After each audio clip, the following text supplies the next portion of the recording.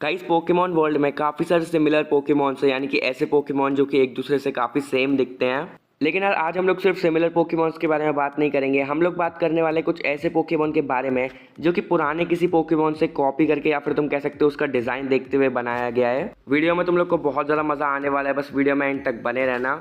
और हाँ यार, मेरे सेकंड चैनल पर मैंने एक काफ़ी अमेजिंग और फनी वीडियो अपलोड की है, तो उसको जाके भी ज़रूर देखना अगर तुमको गेम्स में इंटरेस्ट है तो। लिंक तुमको आई बटन, डिस्क्रिप्शन, एंड स्क्रीन हर जगह मिल जाएगी। तो अब बिना किसी देरी के आज की हमारी इस वीडियो को स्टार्ट करते हैं। नंबर 1, हिटमॉनली, हिटमॉनचान और सॉक और थ्रो। ये पोकेमॉन्स दिखने में ज़्यादा सिमिलर नहीं है, लेकिन यार हम सबको पता है कि सॉक और थ्रो का जो कॉन्सेप्ट है वो डेफिनेटली कॉपीड है हिटमॉनचान और हिटमॉनली के कॉन्सेप्ट से। जैसे कि हमको पता ही है जेन 1 यानी कि कैंटो में ये दोनों फाइटिंग टाइप पोकेमॉन्स हिटमॉनचान और हिटमॉनली काफ़ी फेमस थे और अपनी टीम के लिए ज़्यादा फेमस थे क्योंकि ज़्यादातर हमेशा साथ में ही रहते थे और हमको इनको एक टीम जैसा दिखाया जाता था। और ये दोनों ही प्योर फाइटिंग टाइप के पोकेमॉन्स थे और दोनों को ही तुम लोग बॉक्सर पोकेमॉन भी कह सकते हो। और यार फिर सेम टू सेम हमको जेन 5 में दो पोकेमॉन्स देखने मिले, सॉक और थ्रो, जो कि हमको बिल्कुल एक टीम की तरह दिखाया गया। ये दोनों एक दूसरे के काउंटर पार्ट थे और यहाँ पर भी सॉक और थ्रो बिल्कुल प्योर फाइटिंग टाइप पोकेमॉन्स ही रखे गए। और यार सॉक और थ्रो जो है ये भी एक कराटे पोकेमॉन और एक जूडो पोकेमॉन है और ये दोनों भी मार्शल आर्ट ही हैं, बॉक्सिंग भी एक मार्शल आर्ट ही है। तो तुम देख सकते हो भाई इन पोकेमॉन्स का पूरा एकदम कॉन्सेप्ट सेम है, बहुत सिमिलर है ये पोकेमॉन्स। तो हाँ यार, ये पोकेमॉन दिखने में तो ज़्यादा सिमिलर नहीं है, लेकिन यार इनका कॉन्सेप्ट काफ़ी सेम है और साफ साफ पता चलता है कि यार थ्रो और सॉक जो है इन्हीं को देख के बनाए गए हैं, हिटमॉनचान और हिटमॉनली को। इसी वजह से मैंने इनको भी लिस्ट में लिया है। नंबर 2, फरेट और लाइनून। ये दोनों पोकेमॉन ही नॉर्मल टाइप के पोकेमॉन से, प्योर नॉर्मल टाइप के। बस फ़र्क इतना है कि जो फरेट पोकेमॉन है ये जेन 2 में आया था और लाइनून जो है ये जेन 3 में। तुम लोग इन पोकेमॉन को साइड बाय साइड रख के देख सकते हो, दोनों बहुत ज़्यादा सिमिलर दिखते हैं। बस ऐसा लग रहा है कि फरेट पोकेमॉन जो है इसको दिखने में ज़्यादा क्यूट बनाया गया है और लाइनून को वहीं थोड़ा सीरियस और ज़्यादा अच्छा बनाया गया है दिखने में। और इनमें एक और सिमिलरिटी है या फिर तुम कह सकते हो कि इनकी सिमिलर होने की ये एक वजह है, जो कि है ये दोनों एक ही एनिमल पर बेस्ड है। ये बेस्ड है फरेट पर। तो सबसे पहले जनरेशन 2 में फरेट को बनाया गया था इस एनिमल फरेट को देखते हुए, और फिर जनरेशन 3 होएन में लाइनून को बनाया गया फरेट पोकेमॉन को देखते हुए। इसी वजह से यार फरेट और लाइनून पोकेमॉन काफ़ी हद तक बहुत ज़्यादा सिमिलर दिखते हैं। नंबर 3, मेडिचैम्प पोकेमॉन और मीनफू पोकेमॉन। इन दोनों पोकेमॉन्स को ही तुम लोग देख सकते हो, आजू बाजू में बहुत ज़्यादा सिमिलर लगते हैं। सबसे पहले तो यार तुम दोनों पोकेमॉन्स का पोज देख सकते हो, पोज तक बहुत हद तक सिमिलर दिख रहा है। और यार यहाँ तक कि दोनों पोकेमॉन्स ही फाइटिंग टाइप के भी हैं। मेडिचैम्प पोकेमॉन साइकिक टाइप का भी है फाइटिंग टाइप के साथ साथ, और ये योगा में काफ़ी अच्छा है। और दूसरी तरफ जो मीनफू पोकेमॉन है ये मार्शल आर्ट्स में काफ़ी अच्छा है। और दोनों पोकेमॉन्स को अगर तुम ध्यान से देखो तो ऐसा लगता है कि इन दोनों ने कुछ ना कुछ कपड़े पहने हुए हैं। और यार जैसे मेडिचैम्प पोकेमॉन हमेशा योगा करता रहता है, वैसे ही यार ये जो मीनफू पोकेमॉन है ये ज़्यादातर मार्शल आर्ट्स की ट्रेनिंग करता रहता है। और भी यार ये काफ़ी हद तक सिमिलर पोकेमॉन्स हैं और दिखने में भी देखा जाए तो काफ़ी सिमिलर हैं। मेरे ख्याल से तो यार डेफिनेटली मीनफू पोकेमॉन को मेडिचैम्प को देखते हुए बनाया है पोकेमॉन वालों ने। और यार पोकेमॉन वालों को भी पता था कि फैंस को ये पोकेमॉन्स काफ़ी सिमिलर लगेंगे, इसी वजह से इनके एवोल्यूशन और प्री एवोल्यूशन को काफ़ी डिफरेंट रखा गया है। जैसे कि यार मीनफू पोकेमॉन का एवोल्यूशन मीन शाओ बहुत ही ज़्यादा अलग दिखता है और यार मेडिचैम्प पोकेमॉन का प्री एवोल्यूशन मेडिटाइट ये काफ़ी अलग दिखता है। तो कह सकते हो तुम प्री एवोल्यूशन और एवोल्यूशन को बहुत ज़्यादा डिफरेंट रखा गया है ताकि ये ज़्यादा सिमिलर ना लगे। नंबर 4, बन्यूरी और बनल्बी पोकेमॉन।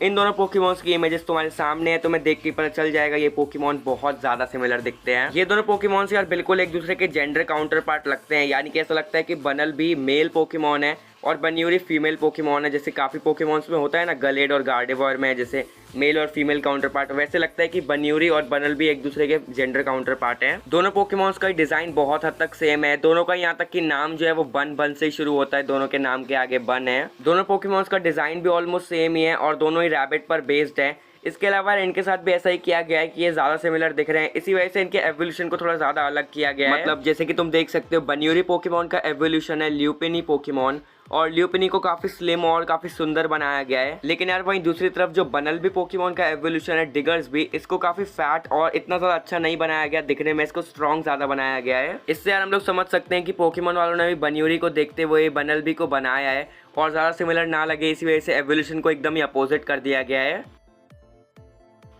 नंबर 5, जियोडूड और रॉगेनरोला पोकेमॉन। अब यार इन दोनों पोकेमॉन्स का डिज़ाइन ज़्यादा सेम नहीं है और ना ही ये दिखते ज़्यादा सेम है, लेकिन यार फिर भी ये चीज़ कंफर्म है कि पोकेमॉन वालों ने जियोडूड को ही देखते हुए रॉगेनरोला को बनाया है। सबसे पहली चीज़ तो यार यही है कि ये दोनों पोकेमॉन्स ही रॉक टाइप पोकेमॉन्स है, प्योर रॉक टाइप, और दोनों ही एक तरह के रॉक हैं। और यार इन दोनों पोकेमॉन्स के पास ही स्टर्डी एबिलिटी है और इवॉल्व होते होते इनकी स्पीड जो है कम हो जाती है।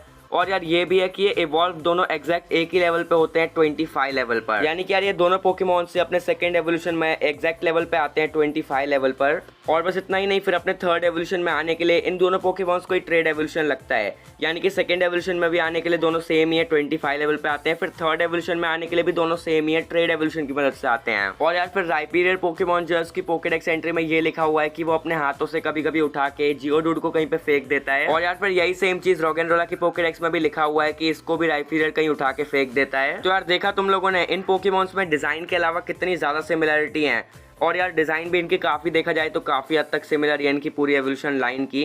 बाय द वे तुम्हें कौन सी एवोल्यूशन लाइन पसंद है कमेंट में जरूर बताना, मुझे जियोडूड की ज्यादा पसंद है। नंबर 6, अमोंगस पोकेमॉन की एवोल्यूशन लाइन और वोल्टॉर्ब की एवोल्यूशन लाइन। अब यार ये पोकेमॉन्स भी काफ़ी हद तक सिमिलर लगते हैं, और क्यों लगते हैं वो तुम समझ ही गए होगे। हमको साफ साफ देख के पता चल रहा है कि अमोंगस पोकेमॉन जो है इसका डिज़ाइन और कॉन्सेप्ट उठाया गया है वोल्टॉर्ब से। वोल्टॉर्ब और इलेक्ट्रोड पोकेमॉन जो है ये पोकेबॉल की तरह दिखते हैं और इनका डिज़ाइन एक पोकेबॉल की तरह ही बनाया गया था। और फिर जनरेशन 5 में अमोंगस और फंगस पोकेमॉन को बनाया गया और इनको भी एक पोकेबॉल जैसा डिज़ाइन दिया गया, बस सिमिलर ना लगे इस वजह से इनको एक मशरूम बना दिया। तो फिर हाँ यार अमोंगस की एवोल्यूशन लाइन भी काफ़ी हद तक सिमिलर लगती है वोल्टॉर्ब और इलेक्ट्रोड से, इसी वजह से मैंने लिस्ट में लिया है इसको। नंबर 7, मैजिकार्प और फीबैस। इनके बारे में तो सबको जानते ही हैं और सबको ही पता है भाई ये कितने ज़्यादा सिमिलर हैं। इन पोकेमॉन का तो यार कॉन्सेप्ट और डिज़ाइन दोनों ही बिल्कुल सेम रखा गया है, यानी कि पहले मैजिकार्प आया था जो कि काफ़ी वीक पोकेमॉन था, फिर ये इवॉल्व हो जाता है गैराडोस में जो कि काफ़ी स्ट्रॉन्ग पोकेमॉन है। और दिखने की बात भी करें तो यार मैजिकार्प ज़्यादा अच्छा नहीं दिखता, काफ़ी बेकार सा ही लगता है। और लेकिन जब वो इवॉल्व हो जाता है गैराडोस में वो दिखने में भी काफ़ी खतरनाक हो जाता है। और यार फिर बिल्कुल इसी सेम कॉन्सेप्ट के साथ बनाया गया फीबैस को।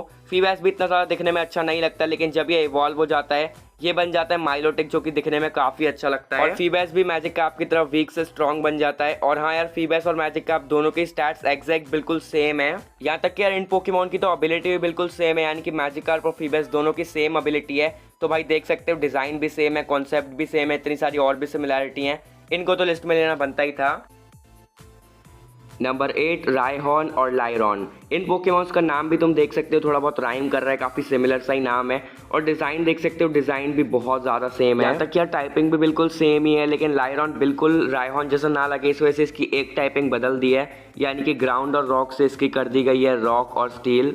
और यार तुम लोग ये चीज़ भी नोटिस कर सकते हो कि जैसे रायहॉर्न की एवोल्यूशन लाइन में पहले रायहॉर्न 4 पैर पे चलता है, फिर ये 2 पैर पे खड़ा हो जाता है इवॉल्व होने के बाद। और यार ऐसे ही लाइरॉन भी पहले 4 पैर पे रहता है, लेकिन जब इवॉल्व होता है एग्रॉन में तब ये 2 पैर पे आ जाता है। और यार यहाँ तक कि तुम एग्रॉन और राइपीरियर को देख सकते हो, ये दोनों भी बहुत ज़्यादा सिमिलर लगते हैं। मेरे ख्याल से तो यार डेफिनेटली लाइरॉन पोकेमॉन को रायहॉर्न से ही कॉपी करके बनाया है, मतलब रायहॉर्न को ही देखते हुए बनाया है। नंबर 9, ऑर्डिनो और चैंसी। जब यार ऑर्डिनो को हमने सबसे पहली बार देखा था तब सबने पक्का यही सोचा होगा कि यार ये चैंसी से बहुत ज़्यादा सिमिलर है, क्योंकि यार डिज़ाइन और लुक्स में देखा जाए तो इतनी सिमिलर नहीं है, हालांकि थोड़ी बहुत सिमिलर है, लेकिन काफ़ी चीज़ें हैं जो कि इसको चैंसी जैसा ही बनाती हैं। जैसे कि ये भी हॉस्पिटल में काम करती है चैंसी की तरह, और फिर चैंसी और ऑर्डिनो का जो टाइप है वो भी बिल्कुल सेम है, नॉर्मल टाइप। और यहाँ तक कि कलर देख सकते हो, कलर भी बिल्कुल सेम है दोनों का, पिंक पिंक। और ये भी सब लोग को पता ही होगा कि जब तुम लोग वाइल्ड में इनको हराते हो, यानी कि ग्रास में जब तुम लोग इनको हराते हो, तो इन दोनों पोकेमॉन से ही बहुत ज़्यादा एक्सपीरियंस मिलता है। मतलब बाकी पोकेमॉन्स के मुकाबले अगर तुम इनको हराओगे तो इनसे बहुत ज़्यादा एक्सपीरियंस मिलता है। और यार एक चीज़ बच रही थी जो कि सिमिलर नहीं थी, वो भी सिमिलर है, यानी कि इनकी एबिलिटी भी सेम ही है, हीलर एबिलिटी। तो यार तुम लोग देख सकते हो ऑर्डिनो कितनी ज़्यादा सिमिलर है चैंसी पोकेमॉन से। और यार मैं तो 100% कन्फर्म हूँ कि पोकेमॉन वालों ने चैंसी को ही देखते हुए बनाया है ऑर्डिनो को। नंबर 10, वूबैट और ज़ूबैट। हाँ यार एक और यूनोवा का पोकेमॉन, क्योंकि अगर तुम देखो तो ज़्यादातर यूनोवा वाले पोकेमॉन्स जो है ये कैंटो के पोकेमॉन्स का एक दूसरा वर्जन बनाया गया है, एक रीमेक टाइप बनाया है। तो यार ऐसा ही एक पोकेमॉन है वूबैट, जो कि हमारे कैंटो के ज़ूबैट का एक रीमेक कह सकते हैं हम इसे। देखो यार ज़ूबैट पोकेमॉन और वूबैट पोकेमॉन का नाम ही तुम देख सकते हो कितना सिमिलर है, राइम कर रहा है दोनों का नाम। और यार ये दोनों ही बहुत ज़्यादा एनोइंग बैट पोकेमॉन्स हैं, ये दोनों ही बैट पर बेस्ड हैं। और जैसे ही हम जानते हैं कि हम कैंटो में अगर केव में घुसते हैं तो ज़ूबैट हम पे हमला कर देता है, और यूनोवा में अगर केव में घुसते हैं तो भाई ये वूबैट। और जैसे कि हम जानते हैं ज़ुबैट पोकेमॉन के पास आंखें नहीं है, तो वैसे ही वूबैट को भी आंखें नहीं दी गई। ये बहुत ज़्यादा सिमिलर है दोनों। और एक लास्ट चीज़ के इन दोनों पोकेमॉन्स को इवॉल्व करने के लिए तुमको हाई फ्रेंडशिप लगती है, यानी कि फ्रेंडशिप की मदद से इवॉल्व होते हैं। तो हाँ यार, इससे हम लोग समझ सकते हैं कि डेफिनेटली वूबैट पोकेमॉन को ज़ुबैट को देखते हुए बनाया गया है। ज़ुबैट का ही रीमेक है ये। तो फिर बस यार, यही थी हमारी आज की वीडियो। अगर तुम लोग को वीडियो पसंद आ गया तो वीडियो को लाइक करो। एम करते हैं 5000 लाइक्स के लिए। चैनल पर नए हो ऐसे ही अमेजिंग कंटेंट के लिए चैनल को सब्सक्राइब कर लो और बेल आइकन भी दबा देना। और यार, गेमिंग चैनल की वीडियो जाके ज़रूर देखना है, इविल नन वाली काफ़ी अच्छी है, और उस चैनल को भी सब्सक्राइब कर लेना। ये है हमारी आज की वीडियो की पोके क्विज। बाकी मैं मिलूंगा तुमसे ऐसी किसी और नई वीडियो के साथ, तब तक के लिए बाय बाय।